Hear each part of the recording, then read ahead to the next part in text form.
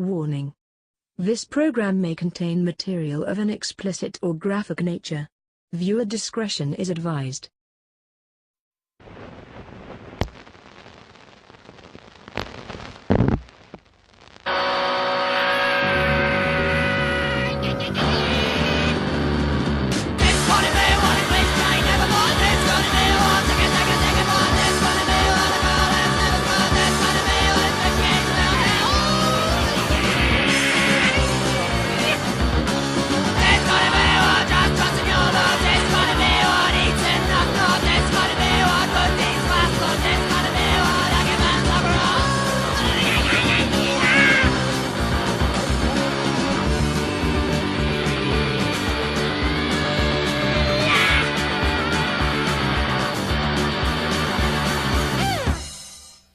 Broadcasting undead from the B ward, this is the Post Mortem Show. I'm Dom.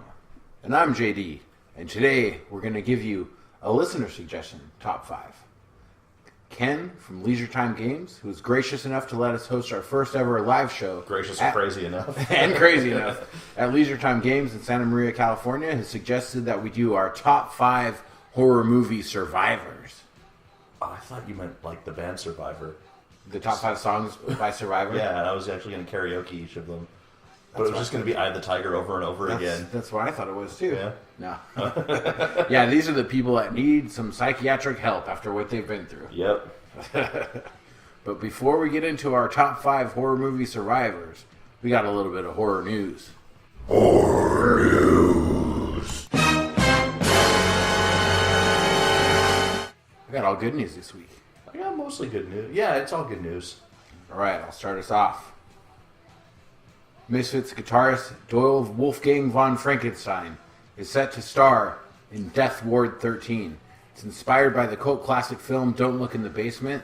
The character he'll be portraying is a ruthless killer called the Duke, a psychopath and the most twisted and terrifying character in the movie. The description of the film is, it's 1973, and the Stevens Sanitarium for the Criminally Insane prepares to shut down permanently. But days before closing, 4 beautiful nursing students arrive to care for the last handful of harmless mental patients. Confronted by their violent charges, the nurses soon realize that they're trapped inside the asylum with a deadly crew of vicious lunatics. About his first starring role, he says, I'm looking forward to starting my movie career with a starring role in Death Ward 13. It's time to release the beast on the big screen. Let the killing begin. Nice. He's got a really good stage presence. He does, and he's got a good look. Yeah. Yeah, I mean, he could be a good killer. He's tall. Like 50s right now, right? But he's still just fucking jacked. Yeah, he's jacked. He's roided out for sure. Yeah, for sure. Yeah. Probably doesn't eat fat at all. Probably not.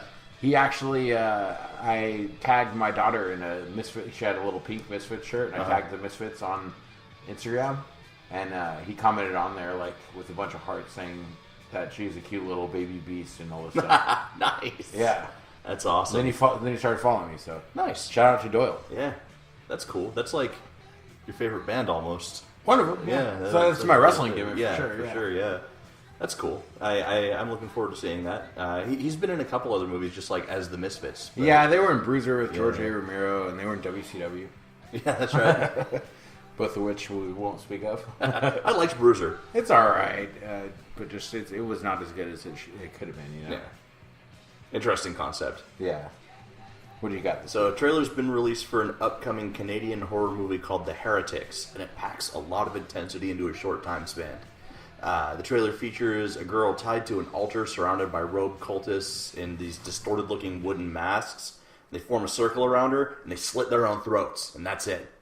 It's simple, it's brutal, it's effective. They released a synopsis also that says, the film tells the pagan tale of a young girl who's abducted by a man after he claims that a cult is hunting her. His goal is to protect her until sunrise while restrained, and the young girl falls deathly ill.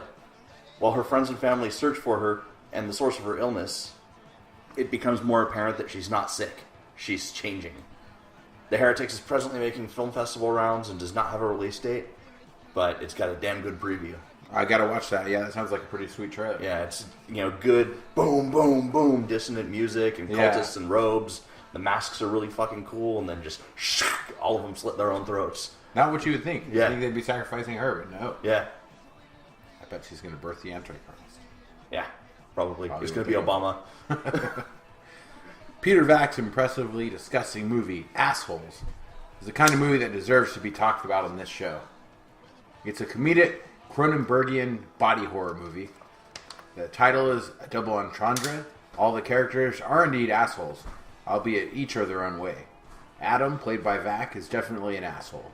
A manic, privileged addict who introduces himself by whipping his flaccid penis in somebody's face. Adam is regrettably the closest thing the story has to a moral center. His sister Ada almost seems to have her shit together by comparison. A sober blonde with miles of coiled anxiety, she opens the film with an extended monologue about how she's horny, has no love in her life, and is sick of competing with Adam for their parents' attention.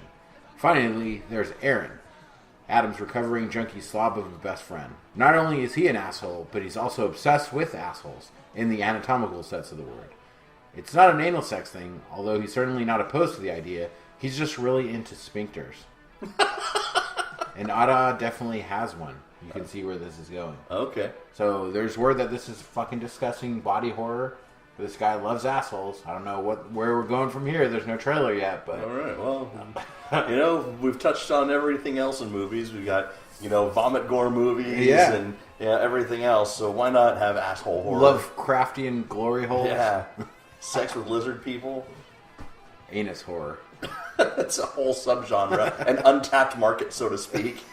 Booty core. But it is going to get tapped by the end of this movie. All right. Tap that ass. That's our rating system. Tapped asses. Tapped asses. So at South by Southwest, Ridley Scott revealed some of his plans for the Alien franchise and the way he's setting up its timeline. It appears that the upcoming film Covenant will end where the first Alien film begins. Next will come Awakening, which will reveal the events that took place between Prometheus and Covenant. So it sounds like he's still going to keep us guessing as to what's going on. Back and forth and back and forth. Yeah. It's like Star Wars. Yeah. Hopefully better than the Star Wars prequels. I mean, Prometheus was better than any of the Star Wars prequels. Yeah, Prometheus was awesome. Its flaws. It could have been a little shorter. It was a little long. And it had a couple fucking retarded parts in it, but, one tall, weird-looking humanoid thing and it, disintegrates into the water. Yeah. Good times. Yeah. But, sounds like he's got plans. Sounds like we're going to get at least one more Alien film from Ridley Scott directly. Yeah. And I'm hoping Covenant's good. I'm still pissed about the CG alien in broad daylight. Yeah, we just shared a photo on our Post Mortem Facebook of the original alien, the actor who played the alien. You know that dude literally disappeared off the face of the planet after the first Alien was made? Really? Yeah. Nobody knows what happened. Couldn't get him back for the sequel, huh? Yeah, they think that he pissed off some Nigerian diamond lords or something like that. Game over, man. Yeah. Even with big releases like Logan dividing moviegoers' attention, topical horror satire Get Out remains the breakout success of 2017. Over the weekend, Get Out director Jordan Peele quietly made history when he became the first African-American writer-director to earn $100 million with his debut movie. Nice. In its third week of the release, the horror satire continued to show long legs despite strong competition from two big blockbusters, Logan and Kong Skull Island. The film only saw a 25% drop-off from the previous weekend to hold an estimated $21 million, bringing its domestic currently to an estimated $111 million. The last movie with the black director to reach $100 million was Straight Outta Compton in 2015, but that had a $50 million budget with rap icons and a story that a lot of people were waiting for to be told. Right. This had $4 million budget, unknown actors, by far a better success. And a horror movie. And it has surpassed Split, so it's the 2017 horror movie right now. Yeah. So. This is good because it shows that smart horror can make money. Yeah. And we'll stop getting the same fucking derivative, repetitive, always the same goddamn thing. Yeah. Mindless horror. Yeah, like the first Ouija movie was a box office success, even though it was horrible. Yeah. I still think when horror's making money, it's good, no matter how bad the movie is. Oh, yeah, for sure. Because more funds will go to horror, the right person will get a hold of it, and we might have to sit through a couple of shitty movies to get something really great with the big budget. But I would like to see a lot more creative. Yeah. This is creative. Only $4 million is the budget. Yeah. Not much for a movie of this size. No, not at all. That's minuscule. Yeah. But fucking $111 million later. Well, and he proved that horror can be driven by good actors and a good story, too. Because there's only really action in the last like eighth of the movie. Yeah. Other than that, it's all just good acting and like what the fuck is happening next kind of stuff. Well, only begs the question. Now that Get Out has made $111 million, we'll see Jordan Peele's integrity or whether Stay Out is announced soon. See what I did there? Yeah, that's I saw that. I caught that right there. Shudder has begun streaming an extremely rare and controversial 1971 horror film called The Devils. This cut is 109 minutes long and unrated. The movie centers on a 17th century Catholic priest who's accused of witchcraft and was considered controversial because of its blasphemous content, graphic sex scenes, and violence. This is the longest, truest to the original cut of the film ever released to a mass audience. But fuck you, Shudder. You don't even sponsor the show. Dicks! We didn't ask for much. Yeah. Our demands need to be met. Just a subscription so we can watch the movies and review them. That's not so bad. I asked for a hand job.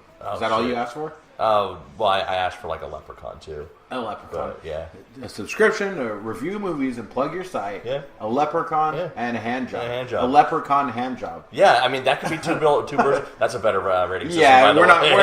we're not going with tapped asses. We're going with Leprechaun hand jobs. Hornswoggle, give me a call. Did you see the picture floating around the internet over the last couple of days of Warwick Davis in the Leprechaun costume being showed how to use a bong by one of the technicians on the set of Leprechaun in the Hood? No. Yeah, he didn't know how to use a bong, so like it's Warwick Davis in the Leprechaun costume, but he's got his hands on his hips like he's just paying attention, while this dude who's like obviously a tech, he's got like a tool belt and a headset, is like crouched down next to him showing him how to use a bong. I'll see if I can find it and post it on our That page. is pretty fucking awesome. All right, that's it for horror news. Yep. I'm going to come back with the good movie and the bad movie. I got a stinker. And then get into our top 5 horror movie survivors after this. Hi, thanks for listening to the Post Mortem Podcast. If you want to support us, go to our website at www.postmortemshow.com and click the Amazon link.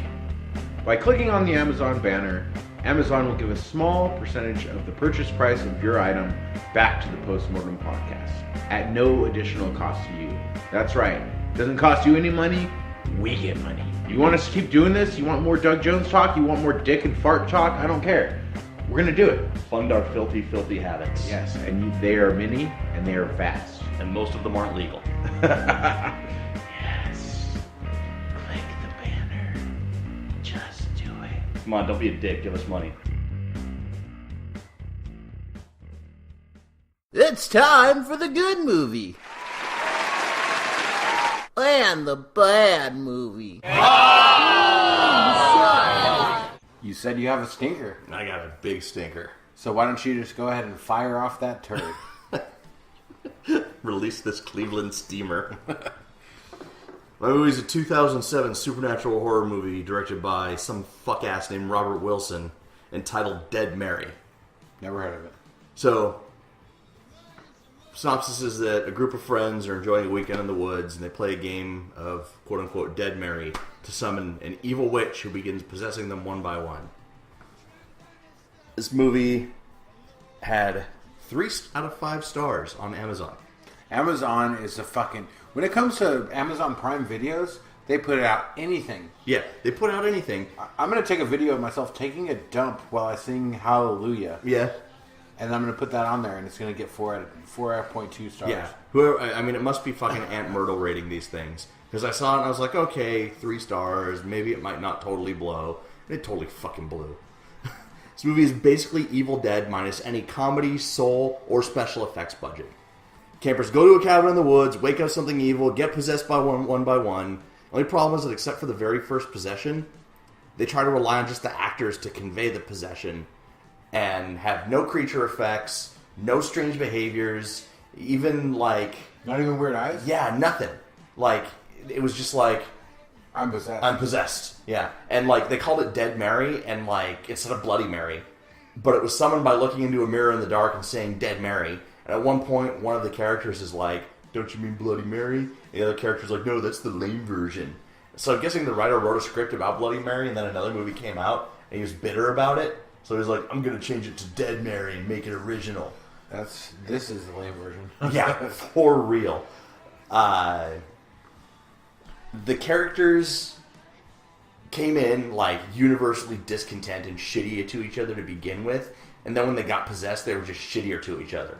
It was clear that nobody liked anyone from the beginning. Everyone was either talking shit about someone, trying to backstab someone, or generally being an asshole.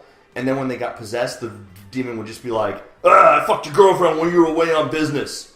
So like every character started out morose and boring, and you wanted them to get fucked up from the beginning. But the movie never paid off in that regard because almost all of the violence, if there was any, happened off camera. Oh, God. It was fucking terrible. No direction. It was boring. It was plotting. There was nothing to set it apart from any movie. No good music. I screamed like that. And that was a bigger sound. That was a bigger effects budget than they had. Yeah, for real.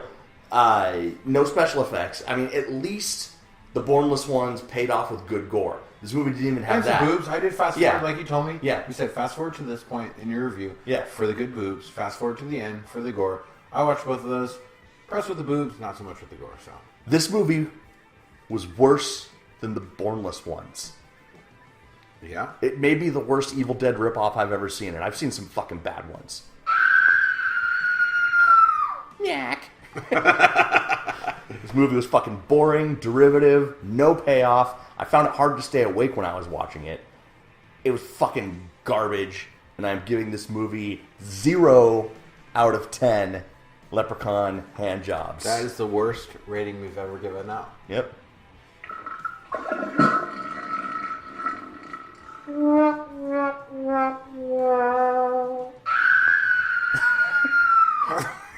Sometimes I feel like that after having too many tacos. But too many tacos is a good problem to have. You know what's a good problem to have? Yeah? My problem with my ratings this week. My problem is that I only had time to watch 2 movies. A lot going on this week. But both of them were good. So you got stuck with 2 good movies and no bad movies? No bad movies. That's like having the problem of my dick's too big. Yeah. Like, it hurts. Yeah. But I'm going to go ahead and rank them good and better. Okay. So instead of having a bad movie and a good movie, I'm going to have a good and a better. That's positive of you. Yeah. No dark clouds. No dark clouds from JD. PMA here. Post Mortem Attitude. Yeah. PMA. Is that David screaming? It is. Really? Yeah. Wow. He's our female screaming sound effect. He's going to grow up to I forgot all about it anyway. I forgot all about it. That's why I just keep playing it. So yeah, my good movie is a 2016 horror thriller directed by Damien Mackey and Alexis Wajasbat. What's his butt? Alexis, what's his butt? Starring Sienna Gilroy, Greg Silkin, Garrett Clayton, and Bella Dane. Don't Hang Up. Heard about this one? I have not. I would not watch a movie with that title unless I heard it. Same with Don't Breathe. Yeah. It's just bad titles, good movies. An evening of drunken prank calls becomes a nightmare for a pair of teenagers when a mysterious stranger turns their own game against them with deadly consequences. Opens up with a call to a woman in a house from someone who says he's with the police, and they have the house surrounded and there's a suspect in her house. They eventually tells her the suspect escaped with her daughter. She's freaking out, and there's one more thing. You've been pranked, bitch! It's fucked up, huh? Yeah. Turns out these little douchebags are doing this for fun. Random people, they videotape it and record the audio for YouTube and viral clips all over social media under the name Prank Monkey 69. Okay. There's a good montage. Do they call a guy and is he like, hey, Jakey? I wish. That would have made it a little bit better.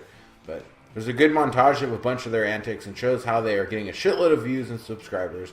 I'm all for prank videos and good fun, but telling the lady there are people in her house and they've taken her daughter is just wrong and too far. Yeah. The Jerky Boys might have been offensive to the person on the other end of the line, but not so malicious.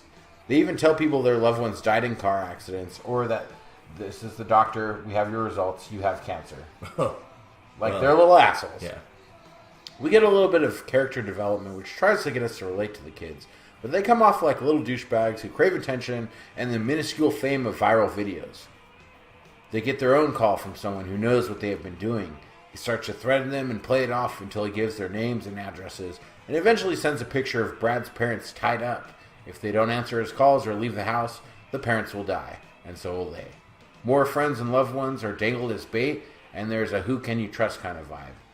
The use of technology is very far-fetched. The guy on the phone turns on and off their power and broadcasts images on their TV.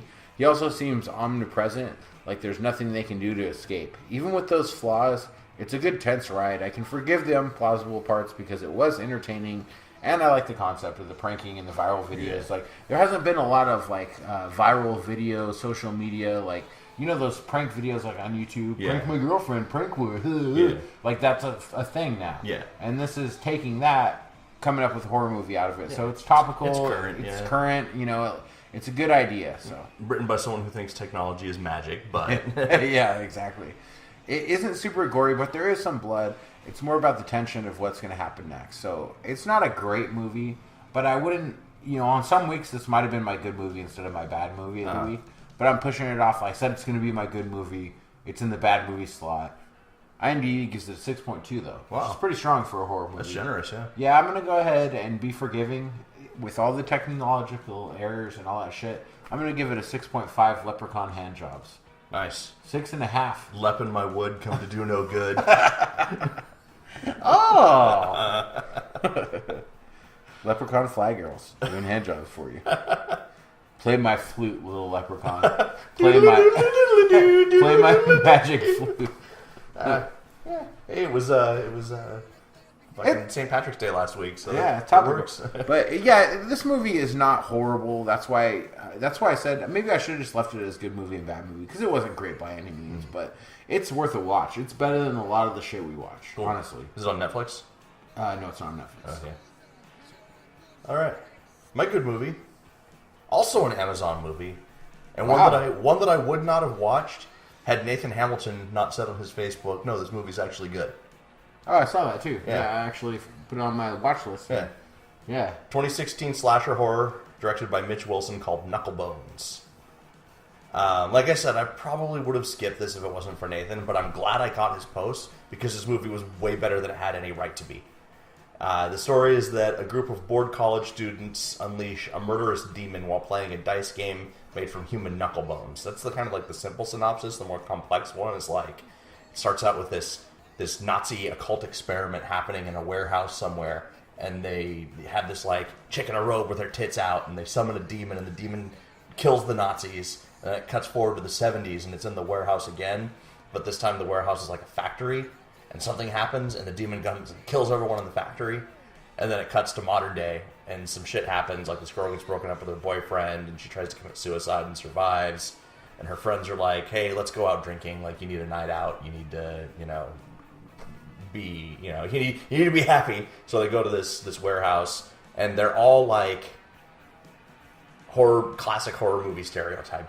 They're all douchebags. Yeah. But they're kind of endearing douchebags. Yeah. And I'll get into that in a second, because this movie's strongest point is that it didn't try to be anything more than it was. It was a dumb, violent slasher movie straight out of the 80s. So many modern movies feel like they need to break some perceived mold, or it has to be something super original, and their reach exceeds their grasp, and it fails. This movie didn't fuck around with any of that. That's cool. It's like an 80s horror movie. Because most of the 80s horror movies that we know and love were not really that good. Yeah. Of filmmaking, but it's good because it is what it is, and we grew up with them. Yeah, and some of them are a throwback to it, and that's there needs to be more of that. Yeah, this is one of those set the pieces up and knock them down with bloody efficiency. It hit all the marks: evil Nazi occult experiments, fucking tits out in the room. Yeah, Satanism, dumb horny teenagers, a warehouse full of toys for the killer to kill people with. The victim characters were douchey, but it was entertaining. They seem like parodies of horror victim archetypes. The horny dude would get all serious and ask, if you travel into the future and jerk yourself off, is it gay or just masturbation? And then and he's super serious about it. And then there's the mean girl character, and at one point she's like, if a special ed student is late to class, is it politically incorrect to call him tardy? And the real star of the movie was Knucklebones, the monster. He was brutal, he fucked people up, and he had one-liners for every single kill. My favorite one was where he snuck up on a girl who was peeing and said, tinkle, tinkle, little star, before he fucked her up. He clearly liked what he was doing. I have to watch this. Yeah, the movie was a throwback to 80s slashers without going for the obvious 80s setting. The director had clearly done his homework. He hit the marks with how he staged the killing, how he paced everything. The angles made the kills intense. but the whole thing was kept light enough for you to still laugh at it. And he didn't skip on the nudity. We got blood, we got severed heads, we got tits and ass. Awesome. It delivered. The special effects were really good practical gore, and there was lots of it. Each kill was unique, and they increased in intensity as the movie progressed. Like, it was a simple kill to, like, more and more elaborate ones. Knucklebones looked good, given the obvious low budget. Like, he kind of looked like a modified Halloween costume, but they got the point across. Yeah. He was a skull face dealing with a bloody pentagram on his head and rotten clothes.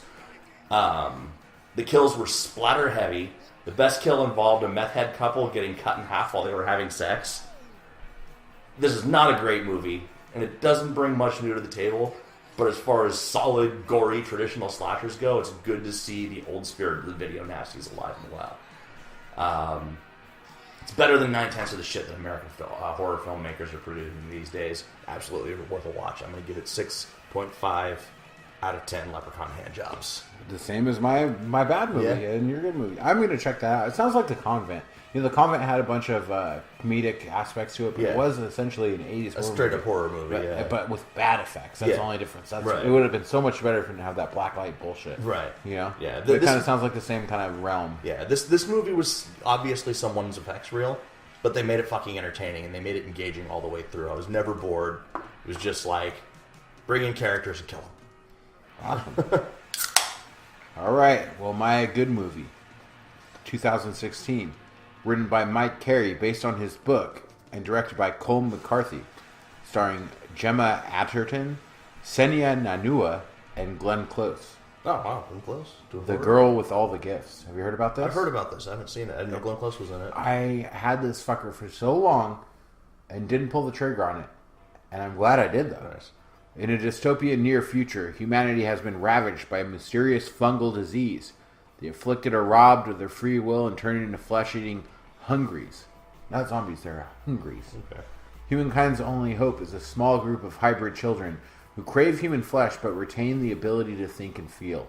The children go to school at an army base in rural Britain where they're subjected to cruel experiments by Dr. Carolyn Caldwell, played by Glenn Close. School teacher Helen Justino, Gemma Arterton, glows particularly close to an exceptional girl named Melanie, played by Senya Nanua, thus forming a special bond. When the base is invaded, the trio escape with the assistance of Sergeant Eddie Parks and embark on a perilous journey of survival, during which Melanie must come to terms with who she is. Okay. So this is not your traditional zombie movie. How is Glenn Close as the doctor? She's amazing. She's one of my favorite actresses. Yeah, she's a great actress, and she kills it. Just when I was tired of zombie movies, holy shit. Yeah. This is a really refreshing take on the genre. They humanize the child hungries, which is the word for they call for people infected. So because they're not really like zombies. Undead. They're not undead at all. No, if they're killed, they're dead. Yeah. They're not. Yeah, it's not undead at all. They're just infected. So the military has developed a gel that, when they apply it for a short amount of time, the hungries won't be attracted to them, which allows them to work with the kids. Okay. Gemma Arterton kills it as a school teacher, and Glenn Close and Eddie Parks come off as absolute piles of human shit as the scientist and the sergeant. But the standout of this movie is the young girl, Senya Nanua. She is amazing. Nice. You really feel bad for her. Child actors are few and far between. Yeah, usually the kid's annoying. Yeah, no, she's great. She's great. Like, she made this movie. If she was bad, the movie wouldn't have been as good as it was. So, hungries aren't really zombies, more infected people similar to 28 Days Later. They're strong and fast and not shambling Night of the Living Dead style. The infection is actually caused by a fungus and not viral, but can also be transmitted through bites. The fungus wraps around the carrier's brain and controls them. Okay. It's kind of innovative, right? Not the same old shit, so... This movie appears to have a decent budget with the cinematography and sheer number of extras, but since it wasn't in theaters or big budget, I kind of like the fact that the zombies are just dirty people with boils and stuff and not super gory or made up. My problem is with CGI blood splatter gunshots. There's a lot of gunshots in this movie, and there's a lot of CGI blood splatter from the gunshots. You know, I don't know why they do that. Squibs are easy. Yeah, it's just cheaper, though. Yeah. It was distractingly bad, though, but I'll forgive it because there's good gore involving a rat, but really this is CGI bloodfest. With that being said, I forgive the CGI blood for the good story, the well-acted performances. I watched this movie with my kids, and The best part about this movie is that David kept asking me if Glenn Close was Caitlyn Jenner.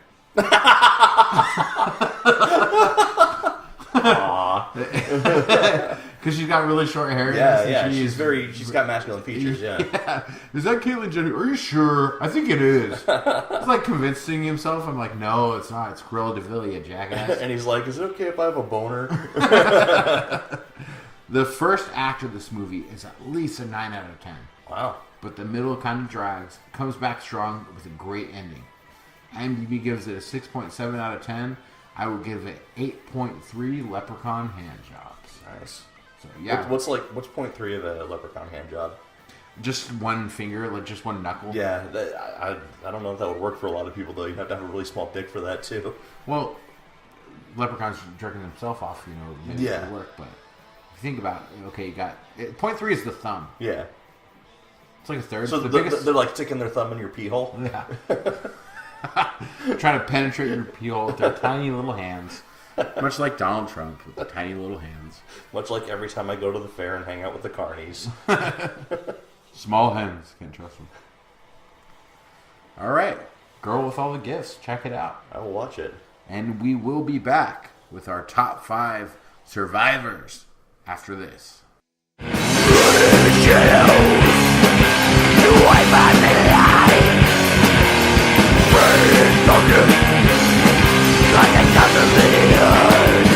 Available now at gravecommand.bandcamp.com. The debut album of Grave Command.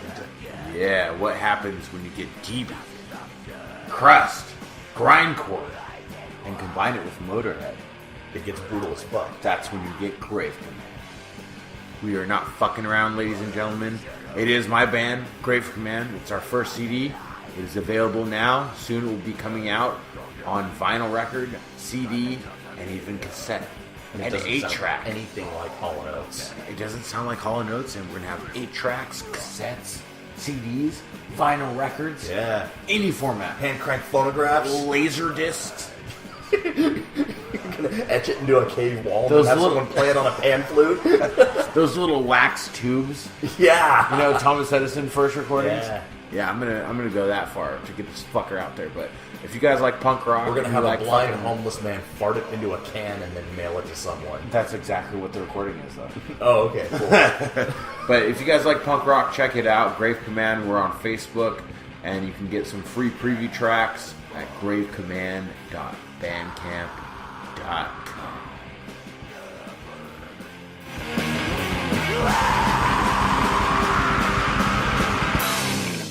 And we're back with the top 5 horror movie survivors, as suggested by Ken from Leisure Time Games. Thank you, Ken, once again, coming through for us. Coming through for the show. In the pinch. If you guys want your list to be suggested to us, email us at postmortemshow@gmail.com, or you could Facebook message us, whatever works for you. But give us your idea and give us your top 5 of that idea. Because over a year and fucking 57 episodes later, we're starting to get a little thin on the topics. We had a list. We've plowed through it. Yeah. And we've had quite a bit of listener suggestions. But yeah, come through for us. Send us a message. Tell us how you like the show. Subscribe, review, and rate on iTunes and all other platforms. Yeah, dicks. Yeah, dicks. Come on. We don't have enough ratings. We have thousands of listeners. And how many ratings? Yeah. I'm going to come to each and every one of your jabroni Mick Garris get better ratings than us. I don't want to talk about that. All right, top 5 horror movie survivors. You want to go first? Yeah, I'll start with Yasmin from Frontiers. That's my number 5. Really? Yeah. That's funny. Yeah, she goes through a lot of shit, and they kill her baby daddy and her brother, and able to survive a chase with police after committing an armed robbery and Nazi occultists who kill all her friends and want to force her to marry one of them, all while being pregnant. The whole time. One of the best table saw scenes ever. Fucking A. And the whole pregnant angle really added this extra level of intensity to the movie, where everything that she was doing, you're like, oh fuck, I hope the baby makes it too. Yeah. And she was even even after going through all this hell, she even still tried to save one of the people in the Nazi cult. She's still trying to retain this shred of her humanity after going through all this awful shit. If you guys haven't seen Frontiers, check it out. It's so underrated. Great French horror movie. Part of the new wave of French horror with Martyrs, Inside. It's on that level. High tension. Super intense. It's Frontier ''S. Yeah.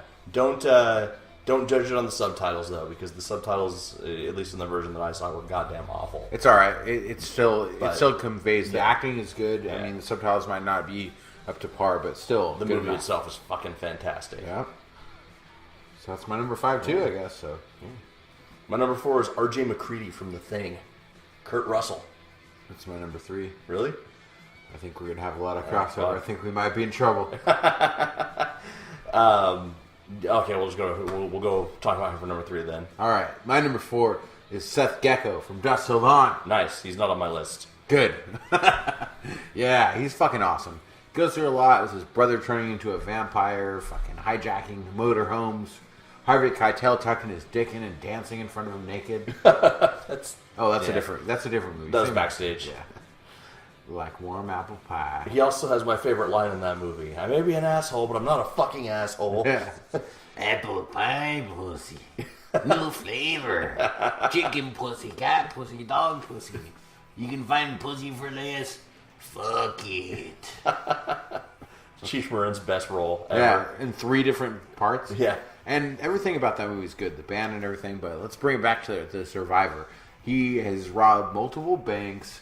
He was broken out of prison by his brother. He's survived prison. You know he's a badass. You know he's a badass. Yeah, he just goes up and kicks that guy. Hi, how are you? Having a good time? I hope so. As he's kicking him every time. Or is that Richie? One of them.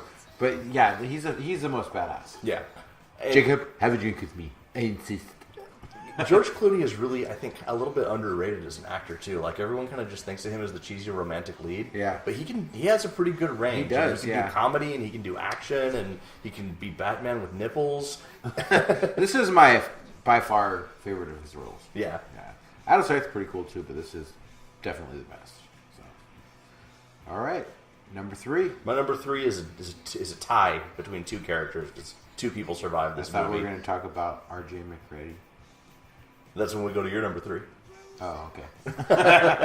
My number 3 is Dana and Marty in the cabin in the woods. Okay. And because Marty, especially because you thought he died and he didn't die. And you know, if you haven't seen Cabin in the Woods, fucking see Cabin in the Woods. It turns all of the horror cliches on their ear. You know, about halfway into the movie, and I love that in the end it has like the most nihilistic ending ever because they survive and they have the option to save the world and they don't. They're like, fuck it, this is all too fucked up. Yeah, let the fuckers burn. Yep. Sigourney Weaver in her white wife beater, all wet. She comes out from the cryogenic pod at the end of the movie and offers them a choice. Yeah. With her little tiny panties. I'm getting hard right now. Yeah. From 1979 Alien. Oh, what are we talking about? You know there's some bush under those panties too. I know, huh? too. Yeah, you can see it. Yeah. I'm down for the bush. Yeah. Yeah. I don't like the hairless. Yeah. Yeah. It's like banging a child. And yeah, that's totally inappropriate. But yeah, that little wife beater made me a man when I was a little kid. Yeah. I have some fond memories of that too. Wait, what are we talking about? Cabin in the Woods? What's the people's name? Dana and Marty. But now we're talking about R.J. McCready from The Thing. Yes, Kurt Russell comes up with ways to test if someone's infected by the thing, uses flamethrowers, dynamite. He is a badass. He's a badass, but you can tell that he's disturbed by what's going on. And also, it's like Kurt Russell is a survivor. You got to think about Tombstone. Yeah. You got to think about Big Trouble in Little China. Bone Tomahawk. Yeah. All these things. Like, one of his characters has to be on the list. Yeah. He is the survivor. He's just one of the greatest, like, you name a horror action heroes. You name a horror action movie where he dies. You can't do it, can you? No. He lives. Yeah, he lives every time. He is a fucking survivor. Because he's the Kurt. Snake Plissken. Snake Plissken escaped from Los Angeles. Yeah. Yeah, and that's Kurt Russell. He's got the look of like the action hero with the strong jaw and the mullet, and the especially when he's got the mustache. Yeah, He's got the mustache. Yeah. He came to party. But he can act, too. And one of the things that really makes his performance in the thing really good is that you can tell, even though he's a badass and he's holding it together as best he can, like, what's going on is bothering him. Yeah. And, it's the things that he does with his eyes and, like, the sidelong glances he gives people. Yeah.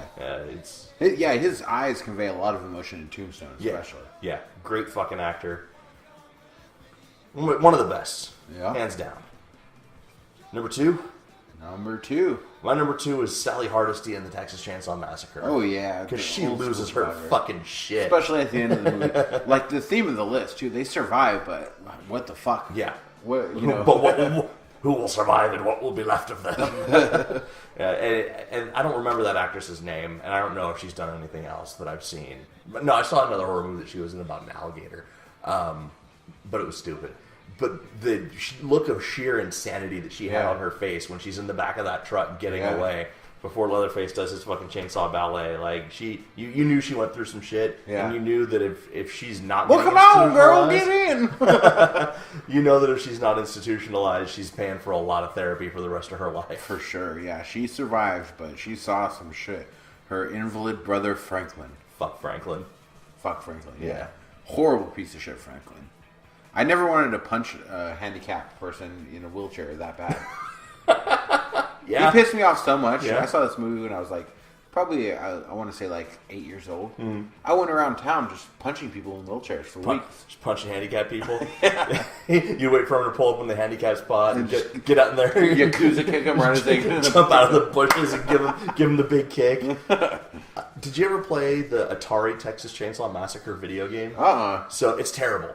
But you play as Leatherface, and you're basically like a stick figure with kind of like a Leatherface-like head, and your chainsaw looks more like a giant like spinning key or dildo or something. But it's got like a little thing that spins around on it, and you basically just run back and forth on the screen, hitting people with your chainsaw and making them disappear until you like trip over a rock or a wagon wheel or some shit. But there's dudes in wheelchairs, and they just come at you. And I got. It's like the inappropriate Oregon Trail. Yeah, for real. Wagon wheels. And I got that game on an emulator on my computer because you can't fucking get an Atari 2600 anywhere anymore. And it's a terrible game. It's not a fun game. It loses its novelty after about 10 minutes. But every single time I hit the guy in the wheelchair, fuck you, Franklin. Makes it all worthwhile. Yeah. All right, my number 2 is Kirsty Cotton from Hellraiser 1, 2, and Hellseeker. Yeah. She goes through a lot of shit. She is a badass. Yeah. When it all comes down to it, she's very sympathetic, too. She's a great actress, too. Yeah, she is. She really conveys that emotion, makes you feel bad for her. That's the thing about some of these 80s horror movies is that you felt bad for the protagonist. Right. And that's what made them good movies. And that's what made them good movies. So a lot of times now, everyone loves the killer, of course, because these movies made you love the killer. Right. But you gotta have a good guy to have a good bad guy. Yin and yang. It has to have that. Yeah, it has to be like that. So if you want to see everyone die, it's not going to be as great. But Kirsty Cotton with her fucking Uncle Frank. Yeah. Come to daddy. I love that by the end of each story, she's just not taking Pinhead shit anymore. Yeah, she's every like, time. Fuck you, Pinhead, at the end. Yeah. Go play with your dog, you son of a bitch. Good actress. She hasn't done much else either, has she? She hasn't really been in a lot of things. Not that I know of, besides Hellraiser franchise. But yeah, 1 and 2, of course, the most iconic. And she came back for Hellseeker, which is the last good one, in my opinion. Yeah. And she reprises her role in that movie. Right. So, definitely check out Hellseeker if you haven't seen it. So, my number 1, my favorite survivor is Tommy Jarvis from Friday the 13th, the final chapter, / New Beginning, / Jason Lives, though not so much a New Beginning. He's definitely on my honorable mentions. I love Tommy Jarvis. Jason Lives is my favorite Friday the 13th, by far. I don't think the Friday the 13th movies really picked up until the final chapter. That's when they started actually becoming good movies. Like the first one is what it is. The first one's good. It's a classic. Yeah. But 2 and 3, not so much. Yeah, 2 and 3 were Final chapter was fucking excellent. New Beginning, I liked some of the ideas behind it about like how it wasn't Jason, it was just a guy emulating it, but like Tommy he'd been through so much that he was losing his shit. You want some of my chocolate? Come on, Vic! And Jason, and then in Jason Lives, he's like, I'm not having any of your shit anymore either, and it goes bending coughs in half.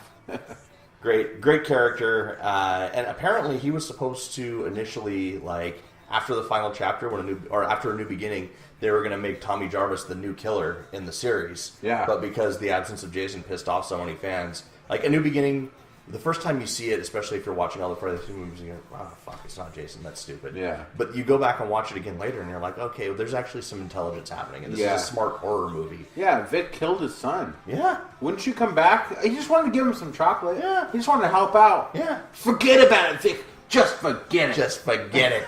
Forget it. You want some chocolate? The fucking Joey. What was that? What was that list that I had him on? Was he on fat people? Yeah, fat people. My fat people list. We need to have a mentally handicapped character. I know it's super offensive, but top 5 mentally handicapped people in horror movies. There are some good ones. Yeah, they're in there. There's some good ones. I just wanted to pet the rabbit, George. Pancakes. That's a good one. Maybe we should do that next. Yes. If we don't do it next, we'll maybe do it the one after. Yeah. We got to come back to some mentally handicapped. The tards of horror. Re-horror. Number 1 for me, Lionel. from Dead Alive. And Paquita. He doesn't need to be mentioned. Yeah. But Lionel, as a survivor, Dead Alive. He kills motherfuckers with a mower. Yeah. How many zombies does he kill in one Turns movie? them into yogurt. Someone asked me if you could make a sequel to any movie that never had a sequel. It might be Dead Alive for me. Yeah. That might be the one that I would choose. with your pirates and your... My Pirates of Dead Alive, and the fucking... They leave New Zealand to go to the Bermuda Triangle. Yeah. They're forced to deal with Rat Monkey Zoo. Dead or alive. Not dead or alive, but deader. Dead or alive, yeah. I support that movie. I think Homeboy should give you a call and make that movie happen. Paquita just gets killed in the first 30 seconds. Right. She's just gone. It's just the setup for the rest of the movie. She just falls over and dies and gets eaten by a shark. She doesn't even get killed. Over there. She just she gets on the boat and she's like, I don't feel good, and she just keels over and dies. She goes backwards over the fucking railing and eaten by a shark. No, you never see her again. And then you're just over it. Yeah. I have zeros. I have 2 zeros because there are 2 definitive survivors in all of horror. Well, I'm sure one of ours are going to be the same. Yeah, we've already mentioned one of them, and that's Ripley, and also Ash. Those are my 2 zeros also. Yeah. If you judge any survivor in horror by any standard, it's either Ripley or Ash. It's got to be groovy. A groovy standard. That's right. And we've already mentioned the wife beater. And the bush. Get away from her, you bitch. Yeah, those are definitely the 2 go-tos. Couldn't put them on the list because of that reason, but definitely good survivors. They have that survival instinct, and that's why they made it through sequels and everything. Yep. They're both about 3 movies apiece, so yeah. Yeah. Yeah, we're just not going to consider Alien Resurrection. No. In that. No. Yeah. And the only person who could kill Ripley was Ripley. Yeah. Sad. Yeah. Sad. We just forget about that. We'll forget about it. So, we should probably do Ken's before we go into our let's just fire off our honorable mentions. We'll do Ken's at the end. Laurie Strode, definitive survivor girl. For sure. Nancy Thompson, another one. Doesn't she die in one of the Halloweens, though, too? Like the Busta Rhymes one or one of them? In the most recent one. Yeah, the last one. The most recent one that wasn't a remake. Yeah. But she survived a long fucking time. Yeah. That's why I put... Also, I put Ripley on my honorable mentions, tied at 0 because of the resurrection thing. Yeah. And that's why I didn't put Laurie Strode on my list. Yeah, same. Nancy Thompson, another definitive character. For sure. Almost too obvious. Yeah. Mary Beth Dunstan. Nancy Thompson, Nightmare on Elm Street. Yeah. For the uneducated. Yeah. You don't know that. Don't fucking listen to this show, you fucking cockmongler. Still listen to the show. Subscribe and stars. Click the Amazon ad. But fuck you. Dom's statements do not necessarily reflect the opinions of Post Mortem. Mary Beth Dunstan in Hatchet. Danielle Harris. Survivor girl in a lot of movies, actually. For sure. But I think that was actually her best role, even over anything else that she's done. As a child. Because she's smoking hot now, too, man. Yeah. And she definitely grew into herself. Oh, yeah. Big time. And she gets progressively badass as the series goes on. She's... those movies don't get their due. They don't. Yeah, Hatchet 1 is fucking amazing. Yeah.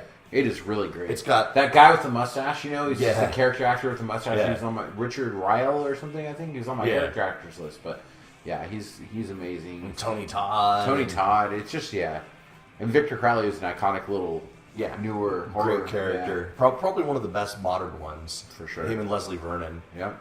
And then my honorable mention was Christy Cotton, but we already talked about her. So, Well, we pretty much talked about almost all mine, except for, well, first of all, I had Ripley, I had Ash, tied as my 0. I had Nancy from Nightmare on Elm Street. I had Tommy Jarvis.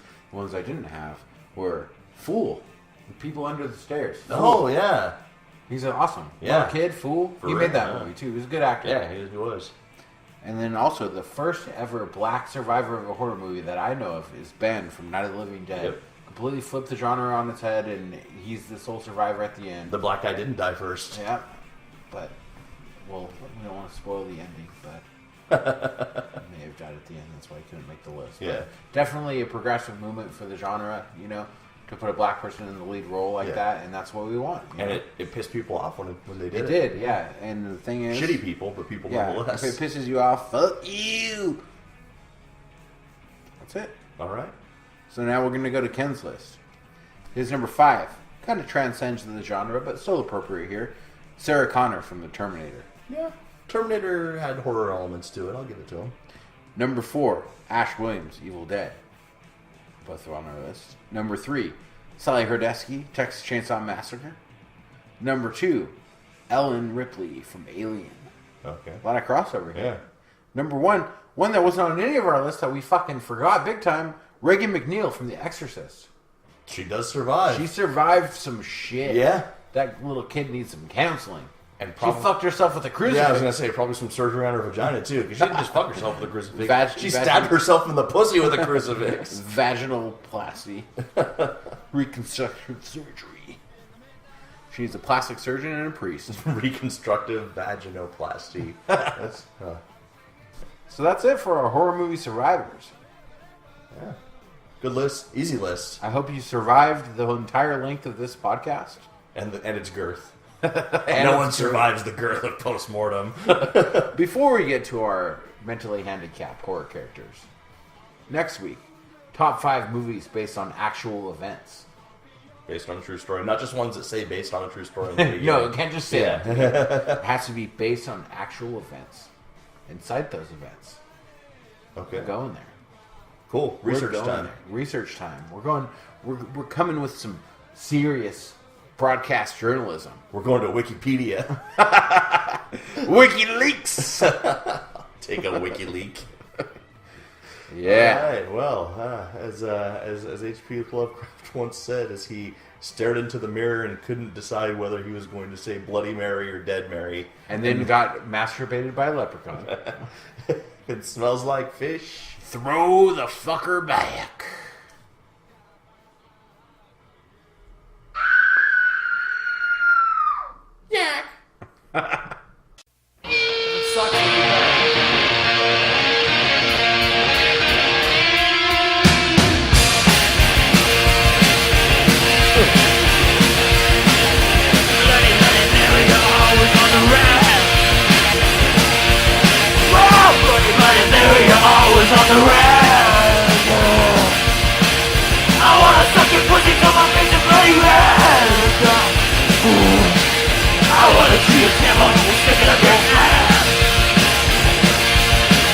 There's nothing like soaking